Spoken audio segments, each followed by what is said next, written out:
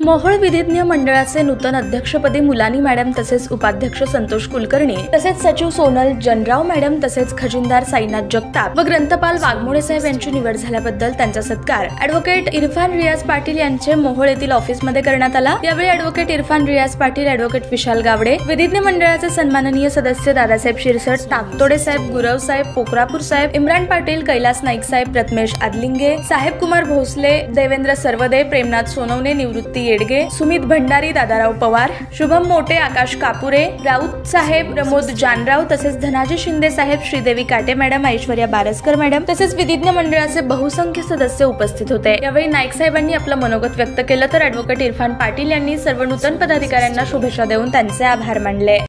ताज्या बातम्या पाहण्यासाठी प्राईम मीडिया न्यूज चॅनलला सबस्क्राइब करा आणि बेल आयकॉन प्रेस करा।